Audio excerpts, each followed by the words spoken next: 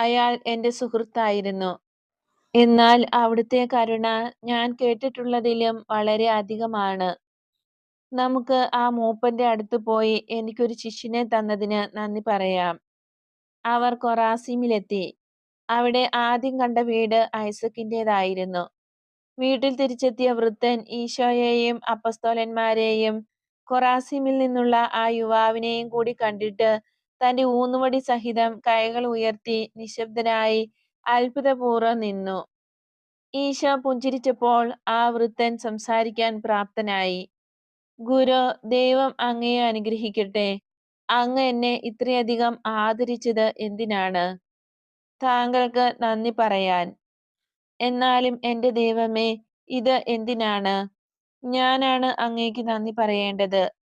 അകത്ത് വരൂ. ഓ, എന്റെ മകൾ ഇവിടെയില്ല. അവൾ അമ്മായിയമ്മയെ